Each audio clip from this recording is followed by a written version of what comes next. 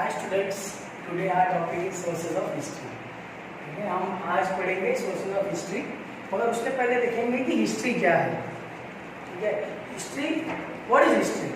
History मतलब कोई भी पास्ट इवेंट हुआ रहता है उसको हम लोग हिस्ट्री बोलते हैं।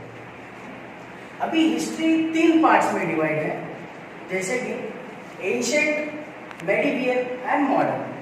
हिस्ट्री को हम लोग 3 पार्ट में डिवाइड करेंगे। History is divided into 3 parts. ठीक है, इसको हम लोग एंशिएंट हिस्ट्री बोलते हैं, दूसरा मेडिवियल हिस्ट्री बोलते हैं, और तीसरा हम लोग मॉडर्न हिस्ट्री बोलते हैं। ये हिस्ट्री के 3 टाइप्स हो गए, मतलब 3 तरीके से हम लोग हिस्ट्री पढ़ते हैं, एंशिएंट, मेडिवियल एंड मॉडर्न। मगर हम लोग अभी सोर्सेज ऑफ हिस्ट्री पढ़ेंगे जो हम लोग का एंशिएंट और मेडिवियल कवर करता है, और मॉडर्न हिस्ट्री में कुछ नए ट्रेंड्स आते हैं। जैसे कि हम लोग आज की हिस्ट्री में देखा जाएगा तो national, international and state level history देखेंगे, जो हम लोग को एक सोर्सेज ऑफ हिस्ट्री के लिए काम आएगा। ठीक है, और हम लोग एंशिएंट और मेडिवियल के लिए देखेंगे तो हमारे पास जो देखने का तरीका है उसको हम लोग रिटर्न सोर्सेज, ओरल सोर्सेज, ठीक है, तो हम लोग देखते हैं रिटर्न सोर्सेज। रिटर्न सोर्सेज मतलब जो लिखा हुआ रहता है। दूसरा ओरल सोर्सेज। अभी ओरल सोर्सेज मतलब क्या कि पहले संस वगैरह होते थे तो उन लोग अपने हिस्टोरिकल चीज कुछ ओरली कहते थे, ओरली रिसाइट करते थे। ठीक है, ताकि वो one generation to other generation pass होते रहे, उसको हम लोग ओरल हिस्ट्री बोलते हैं। और तीसरा आता है तुम्हारा मटीरियल, मटीरियल सोर्सेज। अब ये मटीरियल सोर्सेज है क्या? मटीरियल सोर्सेज मतलब हम लोग जब आर्कियोलॉजिस्ट होते हैं उन लोग है ना जमीन में से कुछ खोदते हैं कि कोई एंशिएंट से कुछ चीजें मिलती है, जैसे कि सील्स हो गया या कोई स्कल्पचर हो गया, जिसके थ्रू हम लोग आइडेंटिफाई कर सकते हैं कि ये जो स्कल्पचर बनाया हुआ है वो कौन से हिस्ट्री से बिलोंग करता है, एंशिएंट है या मेडिवियल है। ठीक है, तो ये 3 टाइप की तो हिस्ट्री, 3 टाइप के सोर्सेज हो गए। और उसके बाद आता है एक हमारा मॉडर्न सोर्सेज, वो है ऑडियो विजुअल फॉर्म में।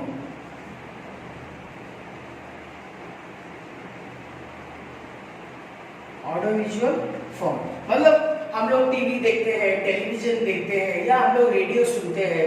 ठीक है, वो तुम्हारा ऑडियो विजुअल फॉर्म में आता है, जिसके थ्रू हम लोग हिस्ट्री में जो भी हुआ है, जो हो रहा है, वो हम लोग सुन सकते हैं और ऐसे हिस्ट्री लिख सकते हैं।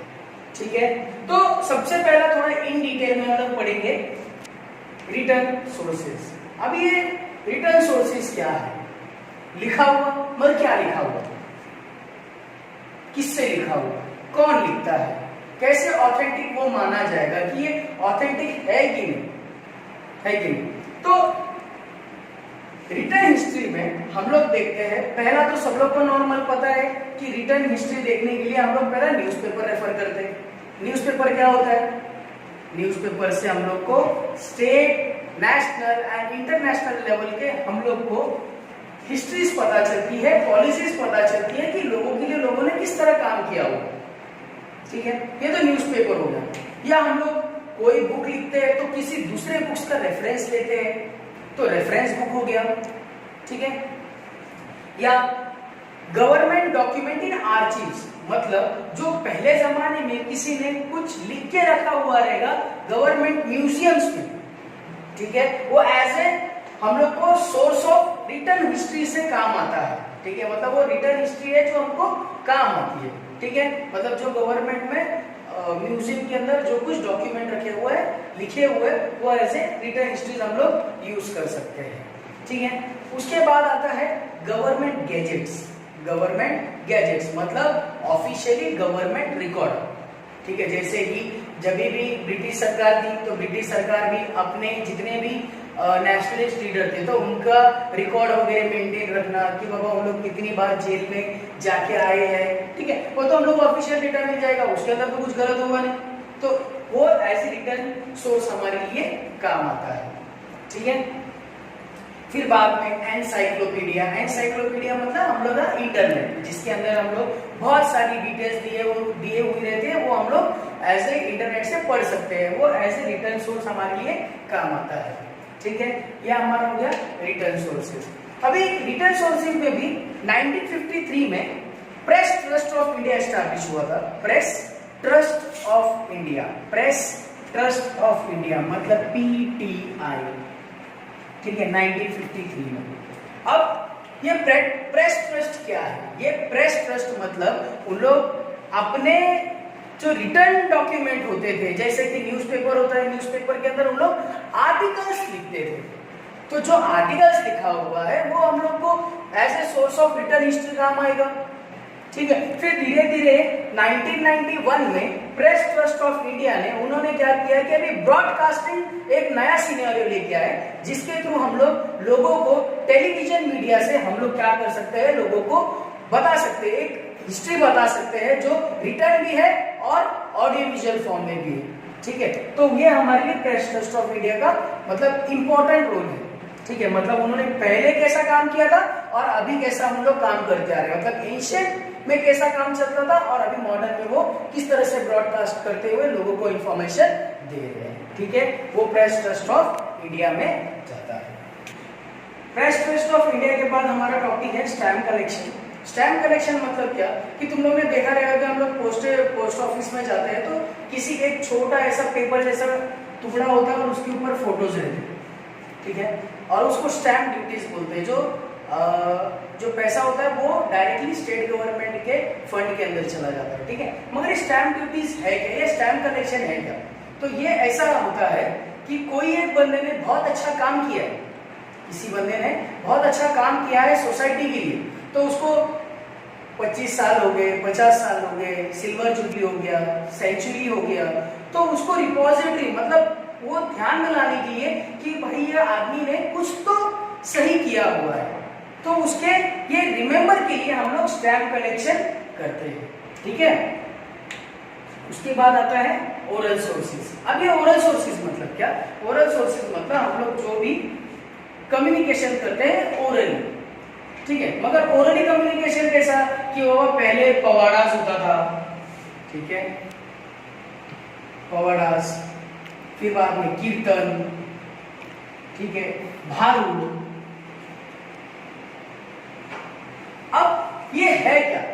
कोई भी एक पर्सनालिटी को एज कोई भी, जैसे शिवाजी महाराज है तो उनकी पर्सनालिटी को हिस्टोरिक मीडियम या गाने के थ्रू हम लोग जब किसी लोगों को उनके बारे में बताते हैं, ठीक है, उसको हम लोग बोलते हैं पवाड़ा।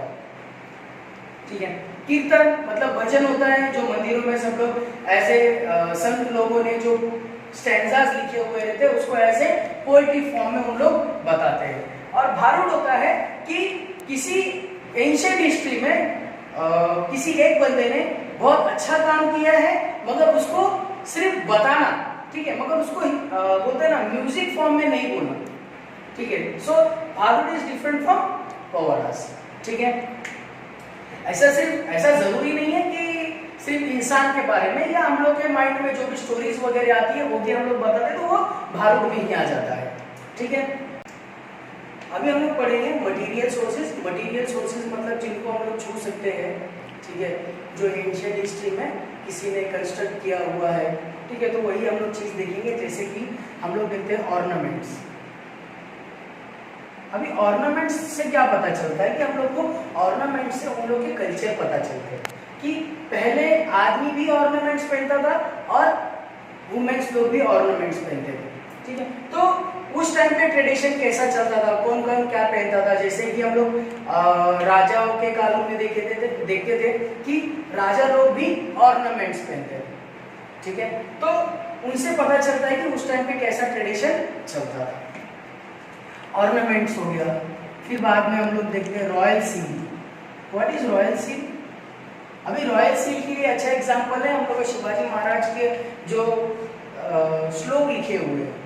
ठीक है, शिवाजी महाराज के इसमें आपने देखा रहेगा, तो वही श्लोक रॉयल सील के अंदर या हम लोग देखते हैं कि एंशिएंट हिस्ट्री में किसी के गुल्लक बनाया हुआ है। ठीक है, तो उससे पता चलता है कि उस टाइम पे गुल्लक्स का भी ट्रेड ट्रेड या ट्रेडिशन चलता था, या उसको बोलते हैं जलाली कट्टू।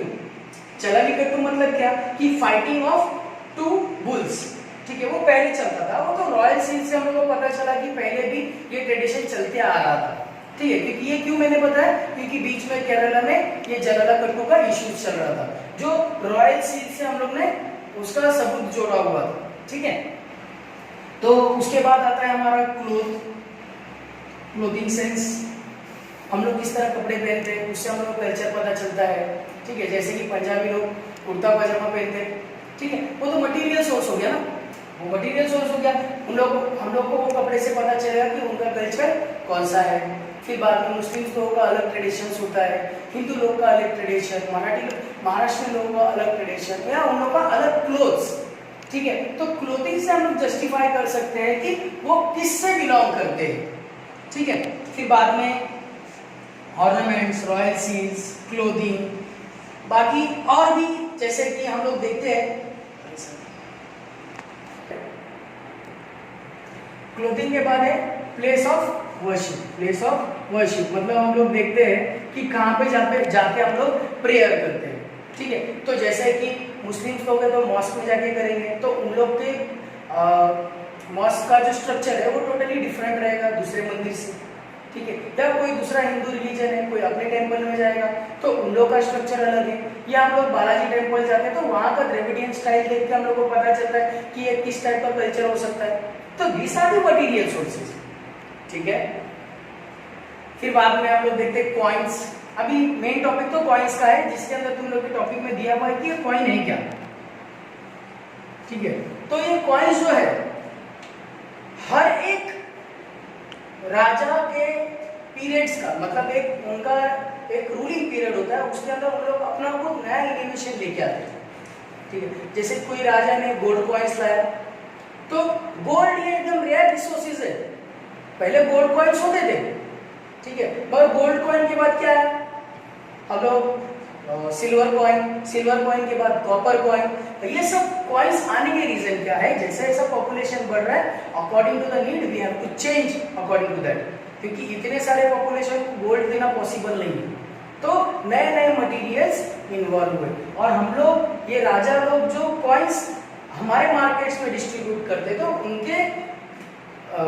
उनके फोटोज वगैरह यूज करके उन लोग मार्केट में डिस्ट्रीब्यूट करें ताकि उनके कॉइन्स की वैल्यू मार्केट में मेंटेन रहे। और इससे पता चलता है कि ये कॉइन्स के वजह से ये फार्मर्स लोगों की कंडीशन कैसे इंप्रूव हुई, ठीक है।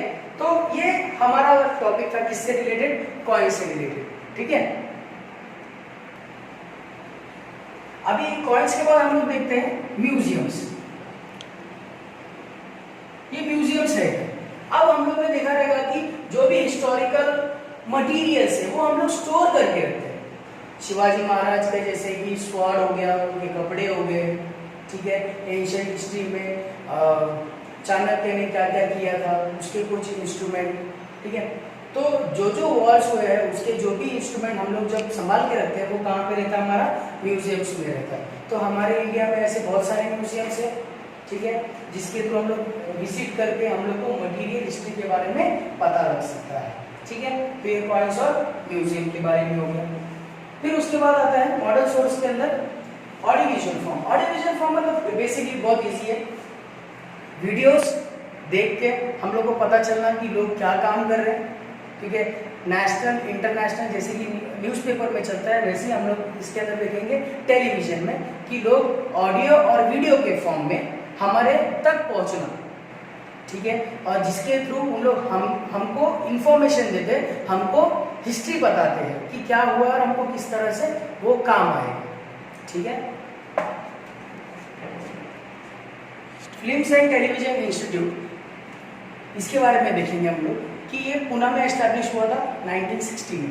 कहाँ पे एस्टैब्लिश हुआ था, पुणे में 1966 में। इसका इंपॉर्टेंस क्या है, it is a modern source of history. Modern मतलब एक सही तरीका, जैसे कि टेलीविजन मीडिया, ठीक है, और उसके बाद न्यूज़पेपर तो है ही, मगर इसके अलावा हम लोग एंटरटेनमेंट्स के थ्रू हम लोग किस तरह से इंफॉर्मेशन हम तक पहुंचती है। तो जैसे कि हम लोग देखते हैं कि स्पोर्ट्स हो गया, हम लोग को टीवी के अंदर पता चल जाता है, ठीक है।